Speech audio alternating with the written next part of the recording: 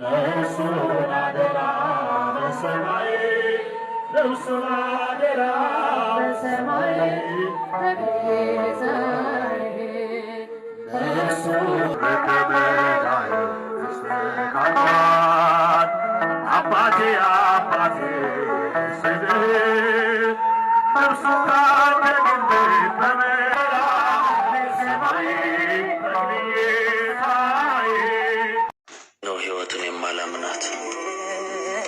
ለዚህ ነው መኖር የሰው ስም ብቻ ነው የምለው።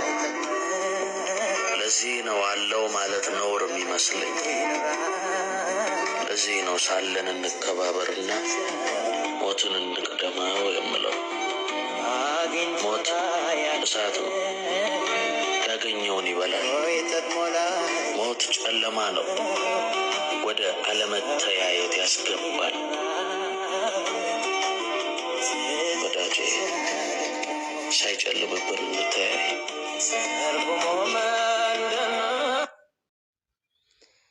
ምን እንበል? ከወራት በፊት ትኩረት ለነጻነት ወርቅነህ ብዬ በግሌ ለሙያ ጓደኞቼ፣ ለቤተሰቦቼ፣ ለጓደኞቹ ጥሪ አቅርቤ በአስቸኳይ ይከታተሉት የሚል ሀሳብ በቅንነት አካፍዬ ነበር።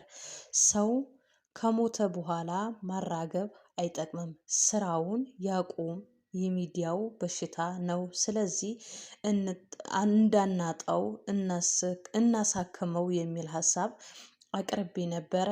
አልተሳካም። ዛሬ ነጻነት ሞት ለመዘገብ ህዝቡ ነበር ያልተሳካም። ዛሬ የነጻነት ሞት ለህዝቡ ይርባል። ነፂ በቁሙ እያለ ለመርዳት ለመዘገብ ፍልጌ አልተሳካም። ጓደኛህን እንዳታገኘው ስልኬን ልኬለት ላገኘውም መልካም አለመሳካቱን ከልቤ ከውስጤ አዝኛለሁ ይላል። ይህ ወንድማችን በካናዳ የሚኖር ቲኤስቲ አፕ የሚል የፌስቡክ ገጽና የዩቱብ ቻናል ያለው ተስፊሽ የሚባለው በካናዳ ነው የሚኖረው። እንግዲህ እንዲሁ ገጽታውን አይቶ ነጻነት ታመሃል፣ ሕክምና ያስፈልገዋል ብሎ በተለያየ መንገድ ለጓደኞቹም ስልክ ሰጥቶ ላገኘው እንዳልቻለና ሞት እንደቀደመው ዛሬ ጥልቅ ሐዘኑን ገልጿል። ውድ የሀገሬ ልጆች፣ ብዙዎቻችን እንግዲህ ነጻነትን በምናውቀው በቀልዱ በምኑ እያዋዛ ህዝብን የሚያስቅና ቁም ነገር የሚያስጨብጥ ነው። እኔ በጣም ነው ልቤ የተሰበረው። አንድ ነገር ማለት ፈለግኩኝ። ህዝባችን ወይ ደግሞ ለምንድን ነው ሰው በተለይ ብዙ ዘፋኞች ብዙ ታዋቂዎች መኪናቸውን እየነዱ ሄደው ሬሳቸው ነው የሚመጣው? ምንድን ነው ውድ የሀገሬ ልጆች የዚህ መንስኤ? እኔ አንዳንዴ እንደው መድኃኔዓለም ነፍስህን በገነት ታኑረው። እስቲ ኤላ ያለውን እንስማና እንደኔ ጥያቄ የፈጠረባችሁ ካላችሁ እስኪ እንከታተል አብረን። ምን ሆኖ ነው? ፊቱ ያስታውቅ ነበር በጣም ማለት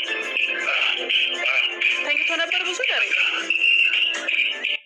የቀብር ስነ ስርዓት ላይ እንግዲህ ጎሳዬ ተስፋዬ አንተ አይደለም የሞትከው እኔ ነኝ የሞትኩት ወንድሜ ሲል የምትሰሙት ማመን ስለከበደው ነው በዚህ አይነት መንገድ ሀዘኑን ሲገልጽ የሰማ ነው። እና ይህን ቪዲዮ ያለ ምክንያት ይዤው አልመጣሁም። እንደምታውቁት ማዲንጎ አፈወርቅ ራሱ መኪና እያሽከረከረ ወደ ሆስፒታል ከገባ በኋላ መኪናው በሩ ላይ እንደቆመች ህልፈተ ህይወቱን ነው የሰማ ነው። እና በዛሬው ዕለትም ከፊቱ ፈገግታ የማይጠፋው ታዋቂው የቴሌቪዥን ፕሮግራም አዘጋጅ፣ የማስታወቂያ ባለሙያ እንዲሁም የተለያዩ ፊልሞችን የሰራው ነጻነት ወርቅነህ መሞቱን እየሰማን እንገኛለን። እና እውነትን መናገር ህልፈተ ህይወቱን ስሰማ እኔ በጣም ነው ማመን የከበደኝ እና አንድ ነገር ጥያቄ ስለፈጠረብኝ ነው። ብዙዎች እንግዲህ ዛሬ ላይ ነጻነት ወርቅነህ በድንገት ሞተ የሚል አይነት መረጃ ብቻ ነው እያሰራጩ ያሉት እና ስለ አሟሟቱ የሚናገሩ ሰዎች ብዙም አልሰማውም። እኔ ግን የእሱ አሟሟት ጉዳይ ከዚህ ቀደም ከሞቱ የተለያዩ አርቲስቶች ጋር በጣም ስለተመሳሰለብኝ ነው በመግቢያዬ ላይ ይህንን ቪዲዮ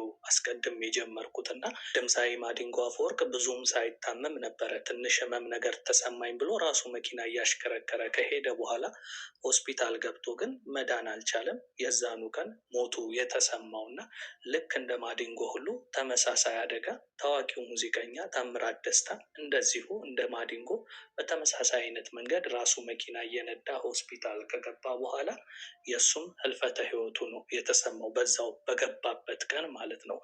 ልክ እንደነሱ ሁሉ ሌላኛው የትግርኛ ታዋቂ ድምፃዊ ሆነው ዳዊት ነጋም እንደዚሁ ድንገት አመመኝ አለ። ሆስፒታል ከገባ በኋላ መውጣት አልቻለም። ታዲያ ስለ ነፃነት ወርቅነህም ድንገተኛ ሞት ተነገረ እንጂ እኔ እስካለኝ መረጃ ድረስ የሰማሁት ነገር ምንድን ነው?